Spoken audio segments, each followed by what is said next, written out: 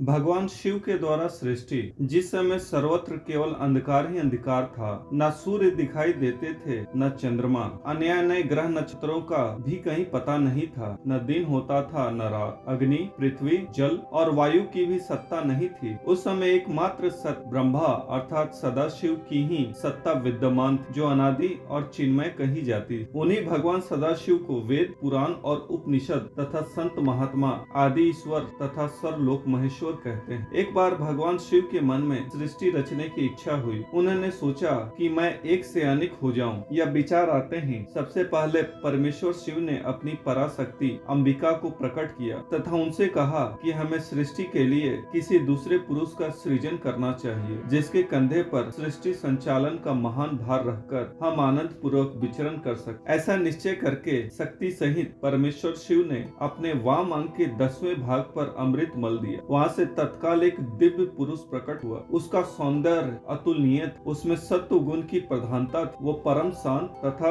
अथाह सागर की तरह गंभीर था। रेशमी पीताम्बर से उसके अंग की शोभा द्विगुणित हो रही थी। उसके चारों हाथों में शंख, चक्र, गदा और पद्म सुशोभित हो रहे थे। उस दिव्य पुरुष ने भगवान शिव को प्रणाम करके कहा कि भगवान, मेरा नाम निश्चित कीजिए और काम बताइए। उसकी बात सुनकर भगवान शंकर ने मुस्कुराकर कहा, वत्स, व्यापक होने के कारण तुम्हारा नाम विष्णु हो। सृष्टि का पालन करना तुम्हारा कार्य होगा। इस समय तुम उत्तम तप करो। भगवान शिव का आदेश प्राप्त कर श्री विष्णु कठोर तपस्या करने लगे। उस तपस्या के श्रम से उनके अंगों से जल धाराएं निकलने लगी, जिससे सुना आकाश भर गया। अंततः उन्होंने थक कर उसी जल में शयन किया। जल अर्थात नार में शयन करने के कारण ही श्री विष्णु का एक नाम नारायण हुआ। तदनंतर सोए हुए नारायण की नाभि से एक उत्तम कमल प्रकट हुआ। उसी समय भगवान शिव ने अपने दाहिने अंग से चतुर्मुख ब्रह्मा को प्रकट करके उस कमल पर डाल दिया। महेश्वर की माया से मोहित हो जाने के कारण बहुत दिनों तक ब्रह्मा जी उस कमल के नाल में भ्रमण करते रहे, किंतु उन्हें अपने उत्पत्ति कर्ता का पता नहीं लगा। आकाशवाणी द्वारा